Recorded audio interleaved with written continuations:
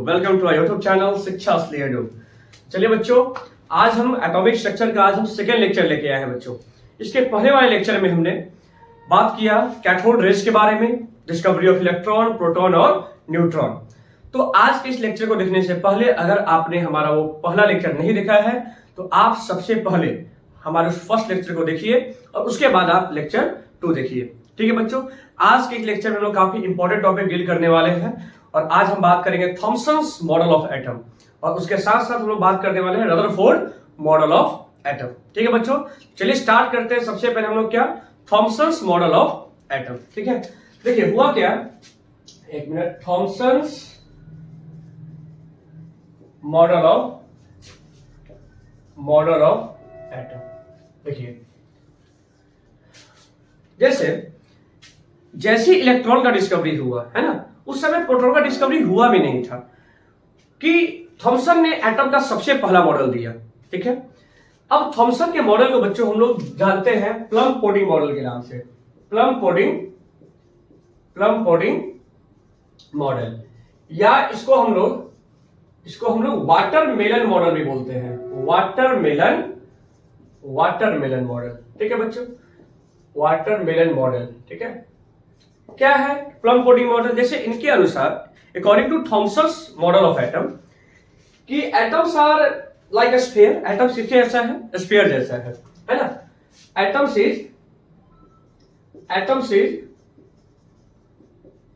Is like a sphere in which positive charge, याद रखना कि थॉमसन ने अपने मॉडल में पॉजिटिव चार्ज वर्ड का यूज किया है, प्रोटॉन का नहीं, है ना। In which positive charge are spread uniformly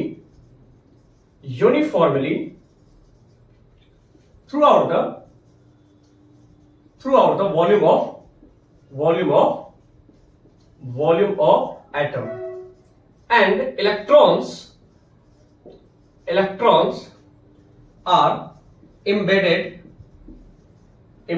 in it। मतलब बच्चों, इनके अनुसार क्या कहा गया थॉमसन के मॉडल में कि इलेक्ट्रॉन जो है एक स्फीयर है और उसमें पॉजिटिव चार्ज पूरे यूनिफॉर्मली, एक समान पूरे वॉल्यूम में क्या है, वो इक्वली स्प्रेड है और उसमें इलेक्ट्रॉन जो है वो क्या है, उसमें वो एम्बेडेड है। लाइक कैसा हम देखते हैं वाटरमेलन, इससे मान लेते हैं वाटरमेलन है क्या प्लम, तो इसमें पूरे जो हम लोग वाटरमेलन का जो रेड पार्ट जो खाते हैं, ठीक है ना, वो क्या है, पूरा पॉजिटिव चार्ज है जो इसमें यूनिफॉर्मली स्प्रेड है ना। Just wait. ठीक है, जैसे जो पूरा रेड पार्ट, और इसमें जो आप देख रहे हैं, आप इसमें कहीं कहीं ये जो आप एम्बेडेड है ना, ये क्या है बच्चों, इसमें इलेक्ट्रॉन है। ठीक है, और पूरा जो आप इसमें व्हाइट पोर्शन जो आपको दिखाई दे रहा है, ये सब क्या है, पॉजिटिव चार्ज है। क्या है बच्चों, पॉजिटिव चार्ज। और इसमें ये जो रेड कलर से हमने जो किया है वो क्या है बच्चों, इलेक्ट्रॉन है। ठीक है, और एटम न्यूट्रल है, जो पॉजिटिव चार्ज है वही नेगेटिव चार्ज है। ठीक है ना, तो इसको लोग वाटरमेलन मॉडल बोलते हैं या इसको प्लम पुडिंग मॉडल। जैसे कि हम लोग जो खीर खाते हैं, है ना, तो खीर में जो पूरा व्हाइट पोर्शन जो होता है वो क्या है, यूनिफॉर्मली पॉजिटिव चार्ज, और उसमें जो रेसिन, काजू जो भी इसमें होता है एम्बेडेड, वो उसका क्या है, उसका नेगेटिव चार्ज है। तो ये मॉडल था किसका, थॉमसन का मॉडल था। ठीक है, अब थॉमसन के मॉडल का ड्रॉबैक क्या रहा, क्या इसका ड्रॉबैक आया, तो थोड़ा ड्रॉबैक भी जान लेते हैं हम। अगर इनका मॉडल बिल्कुल सही ही होता तो आज हम इन्हीं के मॉडल पढ़ते रहते। इनके मॉडल में कहीं न्यूक्लियस की बात नहीं है ना। जैसे कि इनका मॉडल जो था ना, वो स्टैटिक मॉडल था। क्या था बच्चों, एक स्टैटिक मॉडल है, मतलब इलेक्ट्रॉन कोई रिवॉल्व ये सब कुछ भी नहीं कर रहा है, इलेक्ट्रॉन बिल्कुल शांत है, स्टैटिक है ना। ये does not explain stability of atom, stability of atom. ये एक्सप्लेन नहीं कर पाते हैं कि एटम का स्टेबिलिटी कैसे है ना। तो ये सब लिमिटेशन है किसका, थॉमसन के मॉडल का। अब आगे हुआ क्या कि थॉमसन का ही एक स्टूडेंट थे, उनका नाम था अर्नेस्ट रदरफोर्ड। जिन्होंने न्यूट्रॉन का डिस्कवरी भी किया, उन्हीं का एक्सपेरिमेंट था। जो इलेक्ट्रोमैग्नेटिक रेडिएशन में अपना वर्क करते थे, तो उन्होंने क्या किया, एक गोल्ड फॉइल के साथ एक्सपेरिमेंट किया, जो भी हम लोग जस्ट पढ़ने वाले हैं, है ना। तो गोल्ड फॉइल एक्सपेरिमेंट हुआ, तो थॉमसन का मॉडल से बिल्कुल बहुत रियल जो हुआ ऑब्जर्वेशन बिल्कुल अलग आया।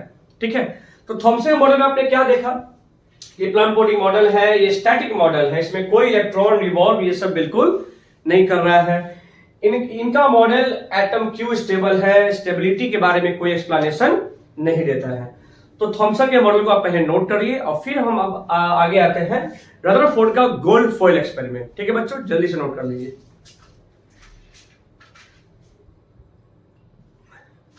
देखिए बच्चों, तो अब हम लोग पढ़ने जा रहे हैं क्या, Rutherford scattering experiment, gold foil experiment. तो यहां पर सबसे पहले एक बात ये आता है कि रदरफोर्ड ने अपने एक्सपेरिमेंट के लिए, वो पूरा एक्सपेरिमेंट समझाएंगे हम इनका, रदरफोर्ड ने अपने एक्सपेरिमेंट के लिए बच्चों गोल्ड फॉइल को ही चूज किया।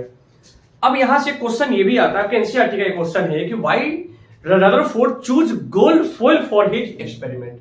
रदरफोर्ड ने अपने एक्सपेरिमेंट के लिए गोल्ड फॉइल को ही क्यों यूज किया। इसके पीछे कुछ रीजन लिखता है क्या, जैसे कि गोल्ड के बारे में आपको पता है कि गोल्ड का रीजन क्या था कि यह सबसे हाईली मैलिएबल में आता है। क्या था बच्चों, हाईली मैलिएबल है ना, हाईली मैलिएबल। इसके अलावे क्योंकि वे चाहते थे कि हम जो मेटल को यूज करें वो मेटल बिल्कुल थिनेस्ट, बिल्कुल पतला रहे, है ना, ताकि अप्रोक्स सिंगल एटम का लेयर रहे, ताकि उधर से जो रेडिएशन है तो एग्जैक्ट एटम के साथ क्या हो रहा है वो उसको ऑब्जर्व कर पाए।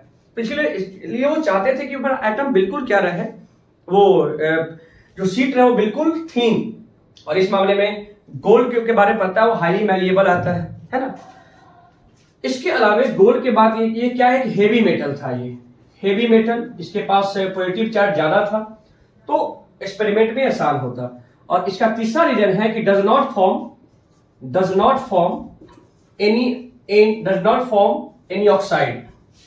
Any oxide layer. तो ये तीन ऐसे रीजन थे बच्चों जिसके कारण रदरफोर्ड ने अपने एक्सपेरिमेंट के लिए गोल्ड फॉइल को ही चूज किया। ठीक है, पहला मैलिएबिलिटी है, हाईली मैलिएबल, हेवी मेटल है, ये पॉजिटिव चार्ज ज्यादा है, और ये अपने सरफेस पर किसी टाइप के ऑक्साइड का लेयर का फॉर्मेशन नहीं करता है। जैसे कि एल्युमिनियम के साथ क्या है कि एल्युमिनियम जो है बच्चों वो भी मैलिएबल है, हाँ गोल्ड इतना नहीं कि वो भी मैलिएबल है, लेकिन एल्युमिनियम के साथ एक दिक्कत क्या है कि वो अपने सरफेस पर ऑक्साइड का लेयर बना लेता है, और अगर इसके ऊपर ऑक्साइड का लेयर रहेगा तो फिर इस एक्सपेरिमेंट में एरर आने की संभावना होगी। तो इन सब कारणों से रदरफोर्ड ने अपने एक्सपेरिमेंट में गोल्ड फॉइल को ही यूज किया। ठीक है बच्चों, अब देखिए अब क्या है कि जब उन्होंने एक्सपेरिमेंट किया तो उन्होंने सबसे पहले अल्फा रेज लिया, अल्फा रेज। तो अल्फा रेज में क्या हुआ कि जब यहाँ अल्फा रेज के बारे में बताया गया था कि अल्फा रेज क्या है, हीलियम का nucleus, fast moving alpha rays, helium nucleus He2+। Alpha rays क्या होता है, He2+ को अल्फा पार्टिकल बोलते हैं, और यही फास्ट मूविंग जाएगा ये, तो अल्फा रेज हो गया ये, है ना। तो और ये यहाँ पर क्या है बच्चों, यहाँ पे ये गोल्ड फॉइल है, ये आप जो देख रहे हैं ये क्या है, ये गोल्ड फॉइल। और ये जो मैंने यहाँ पे इसे बनाया है ये है बच्चों वही जो आपको बताए भी थे, फ्लोरोसेंट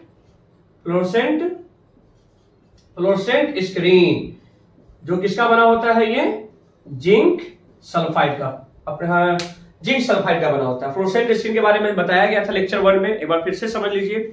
एक ऐसा स्क्रीन होता है कि जब इस पे कोई पार्टिकल स्ट्राइक करता है तो जिस स्पॉट पर वो पार्टिकल स्ट्राइक करेगा वह स्पॉट ब्राइट करने लगता है।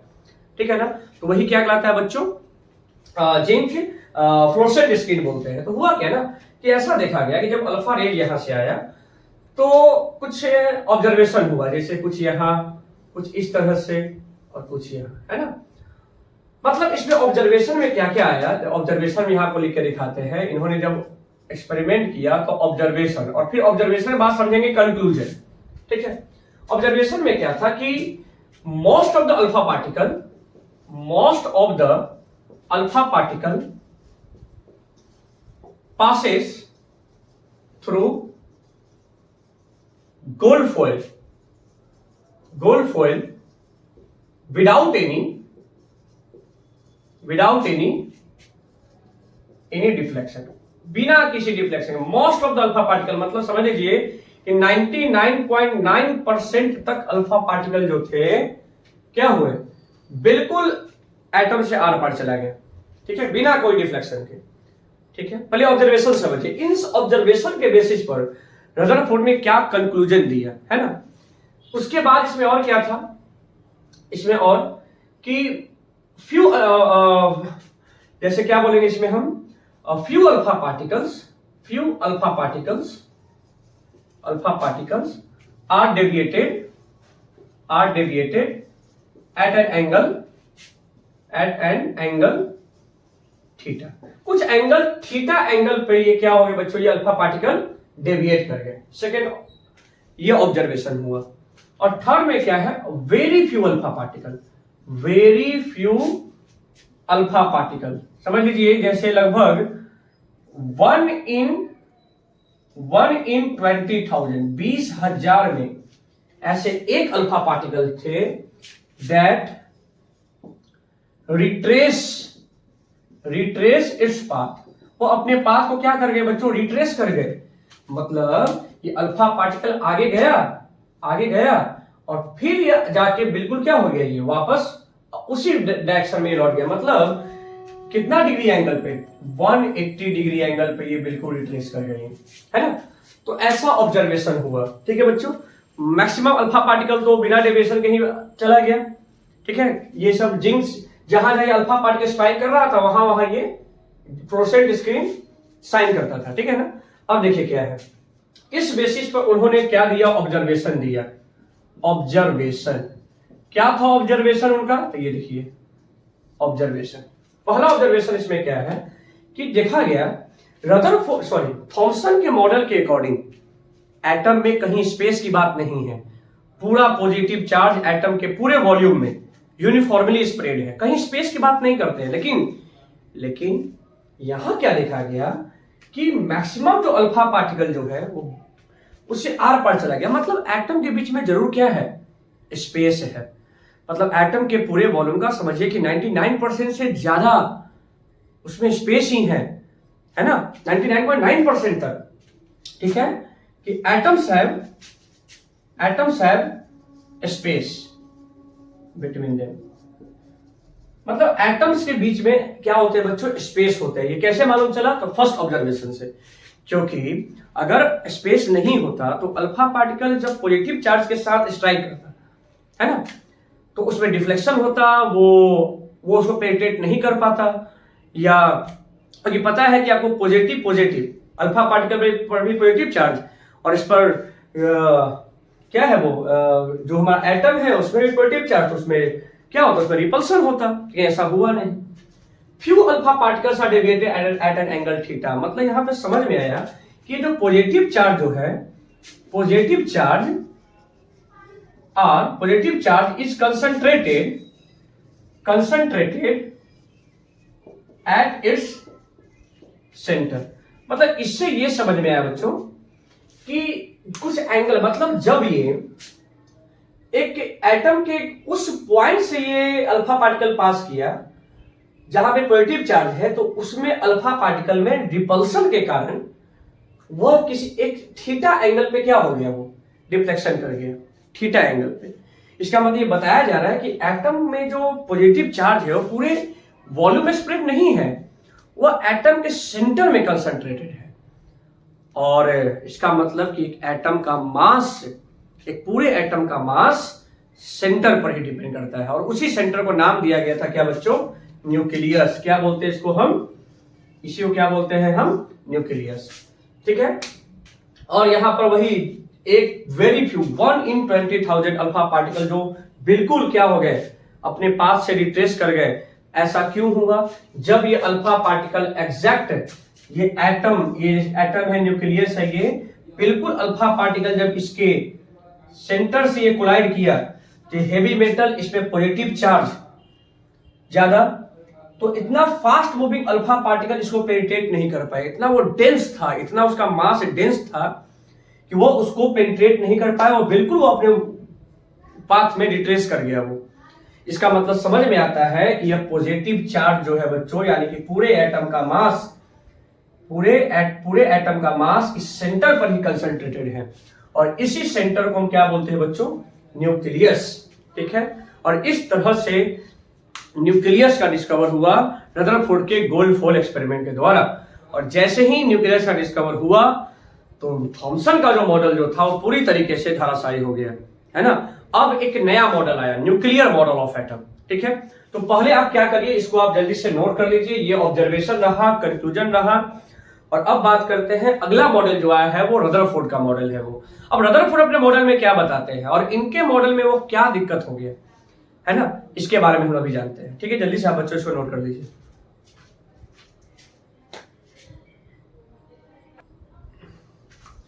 देखिए बच्चों, अब रदरफोर्ड ने ऐसा देखा कि न्यूक्लियस जो है बच्चों एक्सट्रीमली स्मॉल है, जो सेंटर में कंसंट्रेटेड है, काफी रिजिड है, डेंस है ना।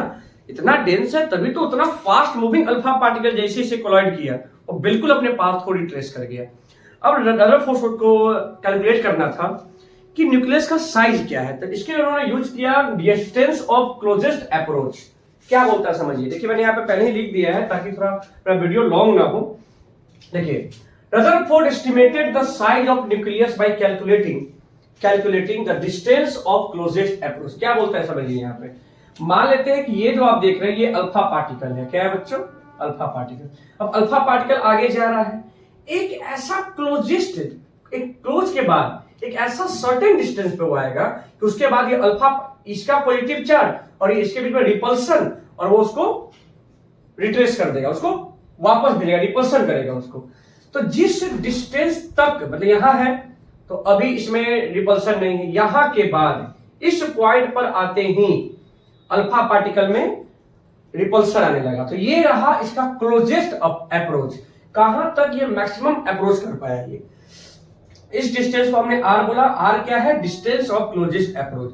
अब एक बात बताइए, जब ये अभी इस अल्फा पार्टिकल में कौन सा एनर्जी है, काइनेटिक एनर्जी, और यही जब यहां आगे जाएगा तो एक समय यहां जब ये रुकेगा तो उस समय इसमें हो जाएगा पोटेंशियल एनर्जी। ठीक है बच्चों, तो देखिए मैंने क्या लिखा, the initial kinetic energy of alpha particle must be equal to potential energy. ये जो काइनेटिक एनर्जी है इसका इनिशियली वो किसके इक्वल होगा, वो पोटेंशियल एनर्जी के, at distance of closest approach, यहां पे क्लोजेस्ट अप्रोच के पास। तो मतलब kinetic energy is equal to potential energy, और पोटेंशियल एनर्जी यहां निकाला गया है कि यहां भी पॉजिटिव चार्ज, यहां भी पॉजिटिव चार्ज, तो इसके बीच का पोटेंशियल एनर्जी निकाला गया कैसे, दो चार्ज के बीच का जो force energy 1/4 pi epsilon not into q1 into q2 by r square. ठीक है, अब देखिए इस अल्फा पार्टिकल पे ये ऐसा लिख दिया हम। अब इस अल्फा पार्टिकल पर तो 2 इलेक्ट्रॉन का चार्ज होता है, हमने पढ़ा है ना, अल्फा पार्टिकल हीलियम 2+, मतलब 2 इलेक्ट्रॉन का चार्ज। तो हमने अल्फा पार्टिकल का चार्ज क्या लिखा, 2e, और इसका हमने लिखा Ze। Ze का मतलब अगर उसके न्यूक्लियस में 4 प्रोटॉन है, 4, तो उसका चार्ज कितना होगा, 4 इलेक्ट्रॉन का। अगर उसके न्यूक्लियस में 5 प्रोटॉन है तो उसका चार्ज कितना होगा, 5 इलेक्ट्रॉन का। अगर उसमें एटॉमिक नंबर Z है, Z प्रोटॉन है, तो उसका टोटल चार्ज कितना हो गया न्यूक्लियस का, Ze। तो हमने यहाँ क्या लिख दिया, Ze, और ये डिस्टेंस क्या है बच्चों, यहाँ पे r है ना। तो ये r is equal to 2Ze square, 2Ze square by 4 pi epsilon naught k into e, है ना। ऐसा करके हमने इसका डिस्टेंस निकाला क्लोजेस्ट अप्रोच का। इस कंडीशन पे जब हमने देखा, सॉल्व किया, तो हमने क्या देखा कि radius of atom, very important, radius of atom जो है बच्चों 10⁵ टाइम्स है radius of nucleus. Radius of, आप इसको नोट कर लेना, रेडियस ऑफ एटम 10⁵, 10⁵ का मतलब लगभग 1 लाख, 1 लाख गुना बड़ा है रेडियस किसका, एटम का, एज कंपेयर टू न्यूक्लियस। और इसको वॉल्यूम के टर्म में हम बोले तो क्या बोलेंगे, volume of atom is equal to 10⁵ times of volume of nucleus. कैसे 10⁵? आपको पता है ना वॉल्यूम क्या होता है, 4/3 पाई r क्यूब, क्योंकि एक स्फीयर है ये। तो जब हम 10⁵ का हम क्यूब करेंगे तो 10⁵ अप्रॉक्स यही आएगा, है ना। मतलब समझ सकते हैं कि एटम कितना, एटम्स के कंपेयर में न्यूक्लियस कितना छोटा है ये, है ना। मतलब इसको बोलते हैं कि अगर हमें इसको एक इमेजिन करना है तो आप एक फुटबॉल का ग्राउंड लीजिए, है ना। वो पूरा फुटबॉल का ग्राउंड अगर एक एटम है तो उस फुटबॉल के ग्राउंड के बीच में जो वहां क्रिकेट का बॉल रखा हुआ है, एक बॉल, है ना, वो बॉल उसका क्या है बच्चों, न्यूक्लियस है। मतलब आप इसे इमेजिन कर सकते हैं कि एटम, न्यूक्लियस एटम के कंपेयर में कितना ज्यादा छोटा है, कितना एक्सट्रीमली स्मॉल है वो, है ना। ये रहा, ठीक है बच्चों। तो ये हमने आपको बताया किसके बारे में कि किस तरह से रदरफोर्ड ने एटम के न्यूक्लियस को फाइंड किया by using distance of closest approach. ठीक है, तो जल्दी से आप इसको अपने कॉपी में नोट करिए। और अब आते हैं रदरफोर्ड का मॉडल। ठीक है, नोट करिए।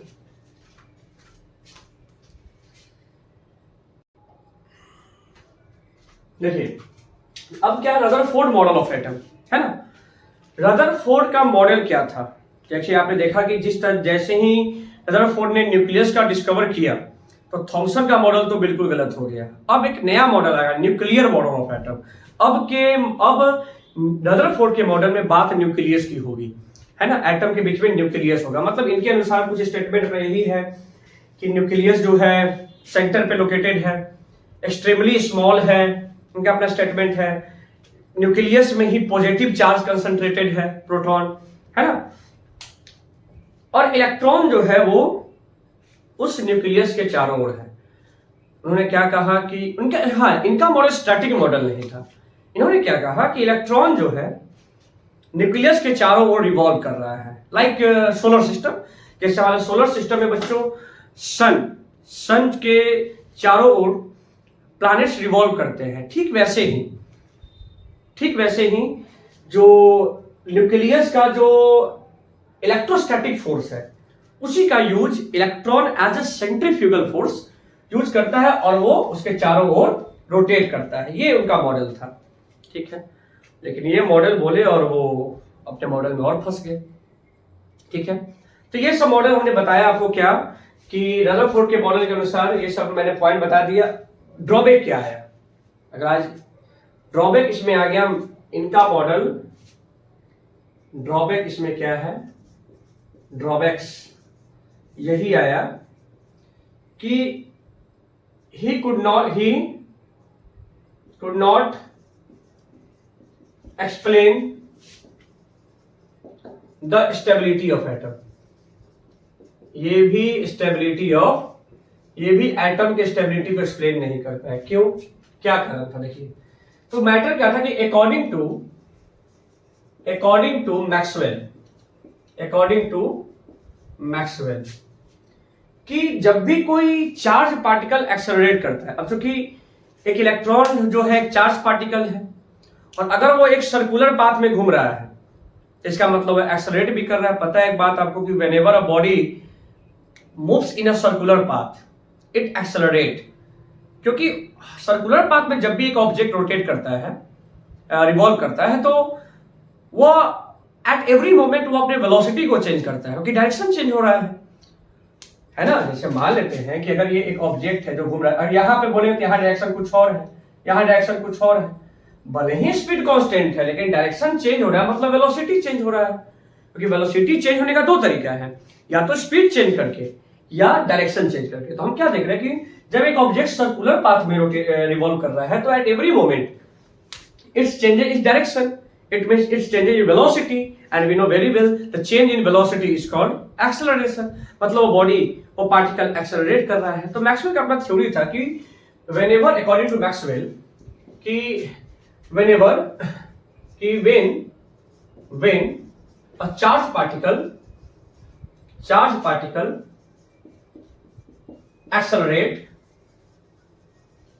it radiate energy in the form of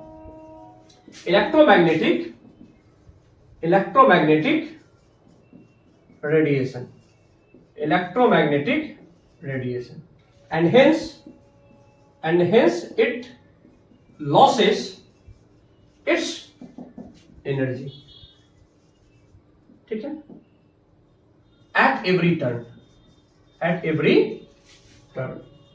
मतलब यहां क्या हुआ कि जब भी वो, यहां क्या बोला मैक्सवेल का थ्योरी था कि जब भी एक चार्ज पार्टिकल, अब एक इलेक्ट्रॉन तो चार्ज पार्टिकल है ना, तो जब भी एक चार्ज पार्टिकल बच्चों क्या करता है, एक्सेलरेट करता है, तो वह एनर्जी रेडिएट करेगा in the form of electromagnetic radiation. पढ़ेंगे नेक्स्ट लेक्चर में इसके बारे में डिटेल में, है ना। रेडिएशन के फॉर्म में वो एनर्जी रेडिएट करता है और अगर वो एनर्जी रेडिएट करेगा तो उसका एनर्जी धीरे धीरे लॉस होगा। एट एवरी टर्न, हर एक टर्न में। और एनर्जी अगर लॉस होगा तो न्यूक्लियस का एनर्जी स्टेबल है, वो बना हुआ है, तो इस कंडीशन में क्या होगा कि यह है न्यूक्लियस का एनर्जी और ये है इलेक्ट्रॉन। इसमें क्या कर रहे हैं, इसमें तो एट एवरी टर्न जब यहां आएगा तो एनर्जी कम, तो यह एनर्जी कम तो ये न्यूक्लियस इसको अपनी ओर खींचेगा और ऐसा करते करते यह इलेक्ट्रॉन एक स्पाइरल पाथ फॉलो करेगा। क्या करेगा बच्चों, स्पाइरल पाथ। और फाइनली यह इलेक्ट्रॉन आके न्यूक्लियस के साथ कोलाइड कर जाएगा, है कि नहीं। और अगर ये न्यूक्लियस के साथ कोलाइड किया तो वह एटम स्टेबल नहीं रह पाएगा। इसका कोई एक्सप्लेनेशन रदरफोर्ड के पास नहीं था कि ऐसा क्यों हुआ। बात तो सही है कि जब एक चार्ज पार्टिकल एक्सेलरेट किया, एक्सेलरेट करेगा तो वह एनर्जी इमिट करेगा और एनर्जी इमिट करेगा, है ना, तो उसका एनर्जी लॉस होगा। और एनर्जी लॉस होने का मतलब यह न्यूक्लियस उसको अपनी ओर खींचना शुरू कर देगा और फाइनली वह एक स्पाइरल पाथ फॉलो करते हुए फाइनली वो आके न्यूक्लियस में जाके ड्रॉप कर जाएगा, उससे कोलाइड कर जाएगा और वह एटम स्टेबिलिटी नहीं रह पाएगा। ऐसा होता नहीं है, एटम तो स्टेबल है, ठीक है। तो इस चीज का एक्सप्लेनेशन रदरफोर्ड के पास नहीं था, मतलब और इनके पास एक्सप्लेनेशन नहीं था line spectrum of hydrogen, line spectrum of hydrogen. अब इसे देखिए, हाइड्रोजन का एक अपना लाइन स्पेक्ट्रम बनता है, हम लोग पढ़ेंगे इसमें एक खास फ्रीक्वेंसी का ये एक लाइन स्पेक्ट्रम बनता है, ठीक है ना।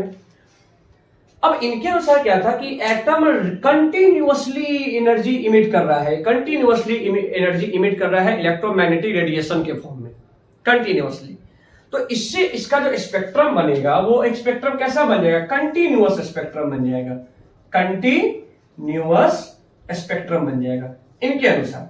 लेकिन जब हमने रियल में देखा तो हमने क्या देखा कि एटम का जो रेडिएशन जो इमिट हो रहा है और उसका जो हमने स्पेक्ट्रम बनाया तो वह स्पेक्ट्रम कंटिन्यूअस नहीं था, वो डिसकंटिन्यूअस था, लाइन स्पेक्ट्रम, कुछ सर्टेन फ्रीक्वेंसी वाला ही रेडिएशन हमें यहाँ ऑब्जर्व हुआ।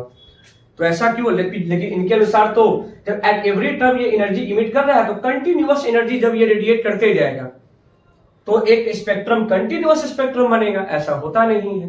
तो इन सब चीजों का एक्सप्लेनेशन रदरफोर्ड के पास नहीं था और यही इनका हो गया ड्रॉबैक। तो अब आगे बात होगा नील बोहर का मॉडल, है ना। तो उसके पहले काम करते हैं हम लोग, कुछ टर्म समझ लेते हैं, atomic number, mass number, isotopes, isobars के बारे में। जल्दी से आप बच्चों इसको कॉपी में नोट करिए, ड्रॉबैक क्या रहा इनका, ठीक है।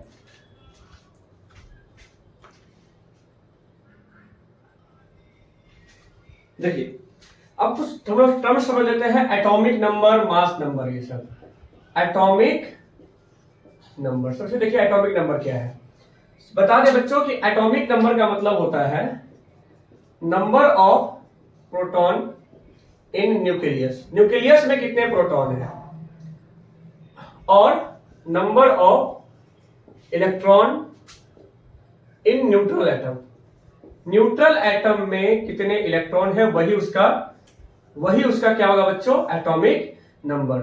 एटॉमिक नंबर को रिप्रेजेंट करते हैं बच्चों जेड से, ठीक है, जेड से, ठीक है। हम लोग आपको बता दें कि एलिमेंट का जो भी प्रॉपर्टीज है, वो एलिमेंट का क्या प्रॉपर्टीज है, कितना रिएक्टिव है, जो भी है ये एलिमेंट के एटॉमिक नंबर पर ही डिपेंड करता है। हेनरी मोसले ने ये बताया कि the properties of atom depends on its atomic number. और पढ़ेंगे हम लोग चैप्टर पीरियोडिक टेबल, जहां पे आज हमारा जो मॉडर्न पीरियोडिक टेबल जो है वो एटॉमिक नंबर पर ही बेस्ड है, ठीक है ना। अब मास नंबर क्या होता है, यहां से मास नंबर, तो मास नंबर में सिंपल क्या है, मास नंबर बताइए, मास नंबर, है ना, मास नंबर जिसको ए से रिप्रेजेंट करते हैं, है ना। तो मास नंबर का मतलब होता है कि number of proton plus number of neutron. Proton को इससे रिप्रेजेंट करते हैं, न्यूट्रॉन को इससे, ठीक है ना।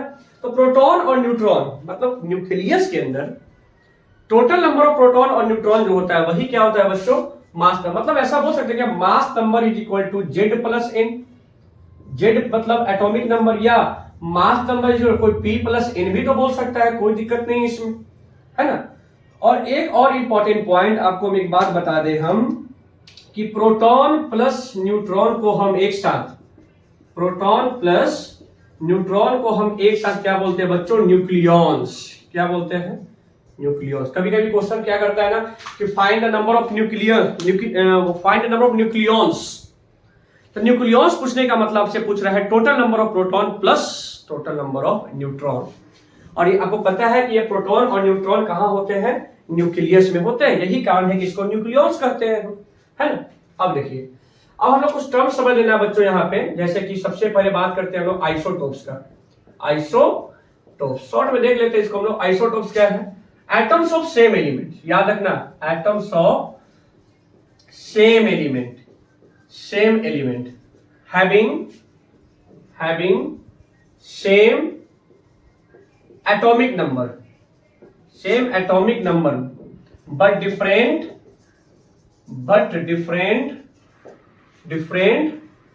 mass number is called isotopes। जैसे एग्जांपल देखिए हाइड्रोजन का 1 1 1 2 1 3। एक चीज याद रखना, यहां पे हम लिख देते हैं यहाँ पे कि एटम जो होता है, जैसे हमने एक एटम ले लिया, मान लेते हैं यहाँ पे हमने एक एटम X ले लिया, तो याद रखना कि नीचे हम दिखाते हैं इसका एटॉमिक नंबर और ऊपर में क्या दिखाते हैं इसका हम मास नंबर, ठीक है ना। तो 1 1 इसको क्या बोलते हैं बच्चों? प्रोटियम। क्या बोलते हैं इसको हम? प्रोटियम। क्या बोलते हैं इसको हम? ड्यूटेरियम। इसको क्या बोलते हैं हम? ट्राइटियम। याद रखना हाइड्रोजन के जो आइसोटोप्स है, देखिए आप तीनों का एटॉमिक नंबर सेम है, मास नंबर डिफरेंट है। अच्छा, मास नंबर डिफरेंट होने के लिए कौन से सब एटॉमिक पार्टिकल रिस्पॉन्सिबल है? तो वो है न्यूट्रॉन। तो क्या आप चेक कर दो ना, इसमें न्यूट्रॉन कितना है? 0, मास नंबर भी 1, एटॉमिक नंबर भी 1। यहाँ 1 1, तो 1 - 1 न्यूट्रॉन 0। यहाँ क्या है? मास नंबर 2, एटॉमिक नंबर 1, तो इसका न्यूट्रॉन कितना है? 1। इसमें न्यूट्रॉन कितना है? 2। 3 - 1 2। इसका मतलब क्या देगा? Due to different number of neutrons in the nucleus and atoms has their isotopes, है ना। आइसोटोप्स के लिए न्यूट्रॉन ही रिस्पॉन्सिबल होते हैं, ठीक है। और सभी एटम के जो आइसोटोप्स होते हैं, जैसे कार्बन 12, कार्बन 13, उसको हम ऐसे ही पढ़ देते हैं, उसका कोई स्पेशल नेमिंग नहीं है उसका, एज लाइक हाइड्रोजन, है ना। तो ये रहा आइसोटोप्स के बारे में। अब जानते हैं नेक्स्ट आइसोबार। जल्दी से नोट करिए आप इसको, 1 मिनट, ठीक है। इसको भी नोट कर लीजिए जल्दी है।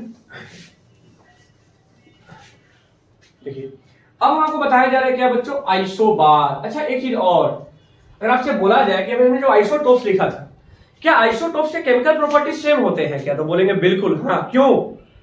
Chemical properties of isotopes are same because they have same mass number, sorry they have same atomic number, and we know the chemical properties of atom depends on its atomic number। तो सबका chemical properties भी same रहेगा। Isobar क्या है? Different element having same mass number but different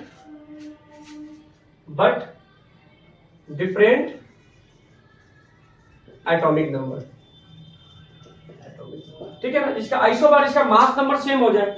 जैसे आप यहां देखिए, कैल्शियम पोटेशियम आर्गन, है ना। कैल्शियम का होता है 20 40 19 40 18 40।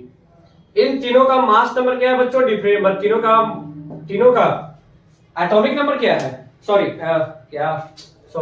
एटॉमिक नंबर तीनों का डिफरेंट है, बस मास नंबर तीनों का क्या है? सेम है। इसका मतलब ये तीनों आपस में क्या है? आइसोटोप्स है, आइसोबार है, सॉरी क्या पता। हाँ ठीक है। अब उसके बाद बात करते हैं बच्चों आइसोटोन्स के बारे में। Isotones, same number of neutron, जिनके पास क्या इक्वल हो जाए बच्चों? न्यूट्रॉन सेम हो। जैसे एग्जांपल देखिए आप यहां, अगर हम ले लेते हैं क्या, कार्बन 612 है ना, 614 कर लेते हैं, नाइट्रोजन 715 आइसोटोप्स लेते हैं, ऑक्सीजन 8 एंड 16 ही, ठीक है। आप एक बात यहां देखिए, ये तीनों स्पीशीज क्या आपस में आइसोटोप्स है? तो नहीं है, क्योंकि आइसोटोप्स का सेम एलिमेंट का होता है। क्या ये आपस में आइसोबार है? तो क्या सबका मास नंबर सेम है क्या? नहीं है।